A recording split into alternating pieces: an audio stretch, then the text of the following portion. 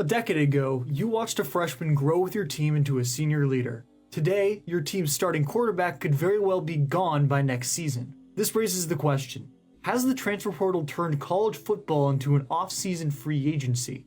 And what has that done to fan loyalty, team identity, and roster stability? Because what used to be team building now looks a whole lot like roster turnover.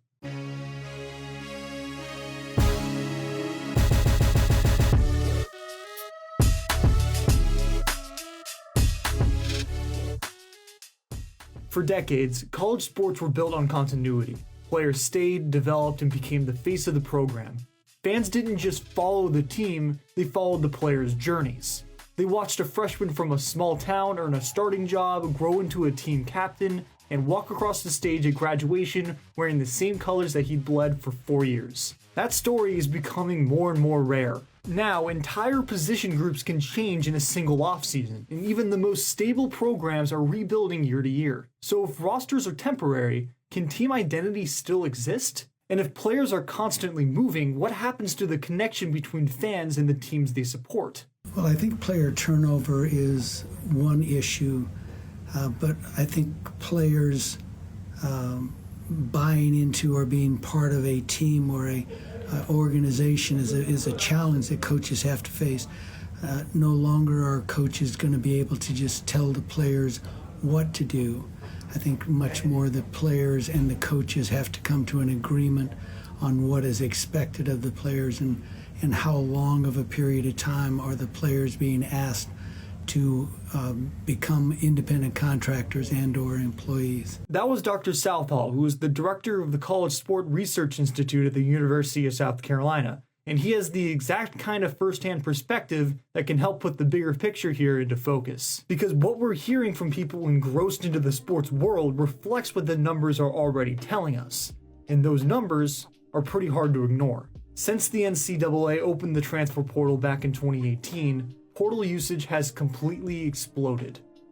In the 2023 cycle alone, more than 2,000 football players entered the portal. Take Appalachian State, a program that has built its reputation on culture and continuity, the kind of place that wins because players buy in and stay bought in. In just one transfer cycle this year, they lost 39 of their players from this past season to the portal. And App State isn't an outlier either. Programs across every level of college sports are experiencing the exact same thing. They have to worry about both recruiting high school players and also re-recruiting their own roster every single offseason. Their job has fundamentally changed. Even at the very top of the sport, stability is not guaranteed. Look at Michigan. After they won the national championship back in 2023, the Wolverines saw a wave of NFL departures, which is understandable, coaching changes, but then also a bunch of portal exits that completely reshaped the program. The team that won the national title and the team that took the field the following season barely resembled each other. They went from a title-winning roster to a team that was very middle of the pack next season and almost entirely forgettable to the rest of the sports world. This is the new reality. Instead of developing talent over 3 or 4 years and watching that investment pay off, programs are now treating rosters almost like fantasy football lineups. They're assembling the best available pieces to win this season, even if that means cutting ties with a player that you spent 2 years developing to make room for a portal addition. This is a complete philosophical shift in how college football was originally built, and it has consequences that go beyond just wins and losses. Well, it's much more roster construction and management is much more akin to what you have in the NBA or the NFL. So I think that's probably the biggest thing that's come to pass. And I think also what you'll have is there's very little, if any, connection to education anymore with roster management. It's much more about which player is going to go here or there looking for more or less money in their contract. When rosters turn over this quickly, it becomes harder to build leadership. Culture isn't something that you just install in a locker room in August. It's built over years of shared experience, of older players modeling expectations for younger ones, of a team developing its identity through adversity and growth. That pipeline breaks down when your upperclassmen are different people every year. Think about what a senior leader actually provides. They've been in the program long enough to know what the coach means when he says something, to hold younger players accountable, to carry the culture through the inevitable rough patches of a season. When your roster is filled with players who've only been there a year or two, you lose that institutional knowledge. Well, I think player compensation is one element of this.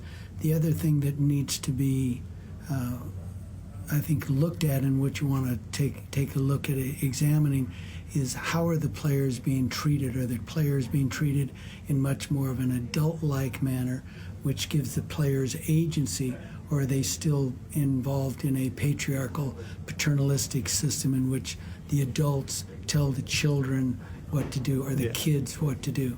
And then there's the fan side of this equation, which might be the most underappreciated consequence of all of this. Fan loyalty in college sports has always been built on something different from the pros. Fans invest in players because they're from their state, their community, their school. They watch them develop. They feel ownership over their journey.